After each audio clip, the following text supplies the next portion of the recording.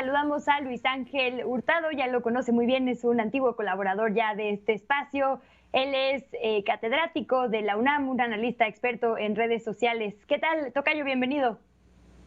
¿Qué tal, Luisa? Un gusto estar nuevamente con ustedes.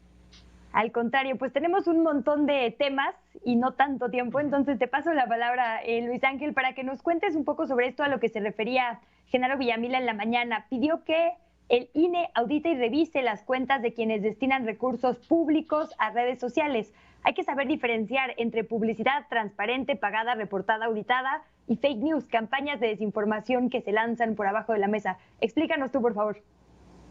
Mira, el tema que tocas y que precisamente Genaro Villamil tocó en la conferencia matutina del presidente, toca elementos claves que hay que diferenciar. Primero, la publicidad que, como bien señalas, es publicidad que tienen derecho todos los partidos políticos para poder posicionar sus temas y propuestas, propuestas de campaña o en llegado momento sus bases ideológicas y hablar con sus seguidores y no seguidores. Eso es legal en ese sentido y en esa parte se ha auditado y viene trabajándose desde hace muchos años. Ahora, la cuestión que pone en la mesa Genaro Villamil es precisamente detectar que ese dinero o ese recurso que se da a los partidos políticos o en este caso sea destinado para el uso, digamos, de campañas negativas, que básicamente tienen que ver con dos ópticas.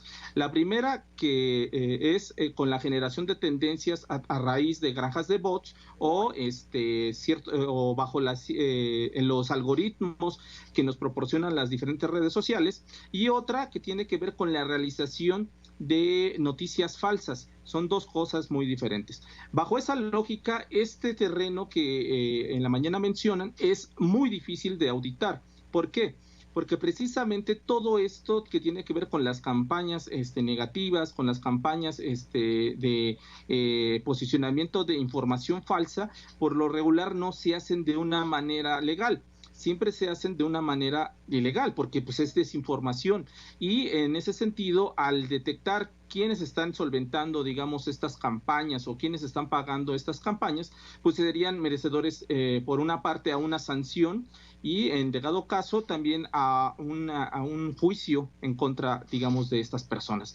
Por esa parte, esto es muy difícil, muy delicado aparte, porque precisamente las empresas que lo hacen o los actores que lo hacen muchas veces ni siquiera están situadas en México. Muchas de estas empresas están ubicadas en otras partes del mundo.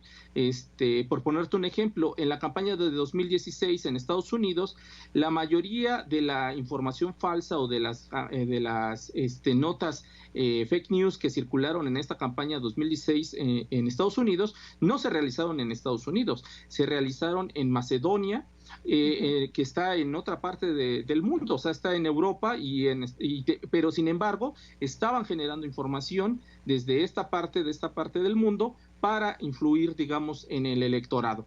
Bajo esa lógica, nos enfrentamos a un terreno muy difícil para poder cuantificar y para poder sancionar directamente a los responsables. Ahora, ese es en el escenario de que si se dan, se están desarrollando en otra parte del mundo. Ahora, en el escenario nacional, que en llegado caso, hipotéticamente que sí se dé en el caso mexicano, que esas notas se estén haciendo en México, pues esto, para poderlo poner en términos muy sencillos, para determinar que esas notas fueron elaboradas ex profeso y pagadas por un partido político, por un político o un empresario, es todavía más difícil, porque muchas de estas empresas o de estas personas que hacen información falsa aluden a dos derechos. La primera, que ellos hacen información para transparentar ciertas políticas o ciertas dinámicas que se están dando en los gobiernos, con ello aluden al derecho a la información, y segundo, con la libertad de expresión que existe en Internet.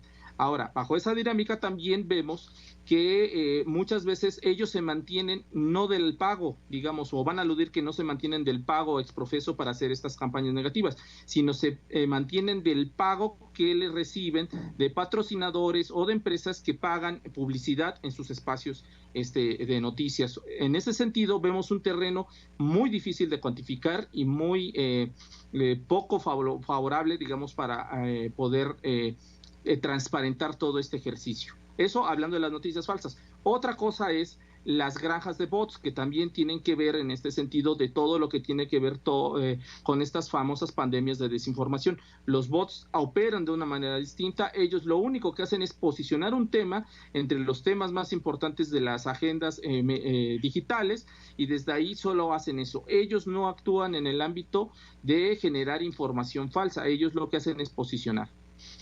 Claro, Luis Ángel, en realidad lo que estamos pidiendo es que esto es lo que se regule, la automatización y viralización desde máquinas. No estamos pidiendo que se restrinja la comunicación individual. Creo que ahí es un excelente debate el que pone sobre la mesa. Si te parece, Luis Ángel, porque nos tenemos que ir, nos comunicamos pronto para que nos cuentes también sobre los nuevos resultados que hacen en comunicación política aplicada, precisamente sobre fake news y cómo nos estamos informando respecto al COVID-19. Por lo pronto, ¿dónde te leemos? ¿Dónde consultamos esta información? Pues básicamente en mis redes sociales, Luisa, y en las redes sociales de Comunicación Política Aplicada. De hecho, estamos ahorita realizando el tercer estudio sobre cómo reaccionamos y cómo nos informamos los mexicanos en esta coyuntura del COVID-19, y precisamente hay una parte dedicada a estudiar el fenómeno de la desinformación y las fake news. Pues ahí está, tenemos pendiente entonces esa entrevista. Te mando un abrazo, Luis Ángel, gracias. Un abrazo igual. Buena tarde, Luisa, un gusto estar con ustedes. Todo nuestro. Vamos a la pausa y regresamos con el menú de los escenarios. No se despegue.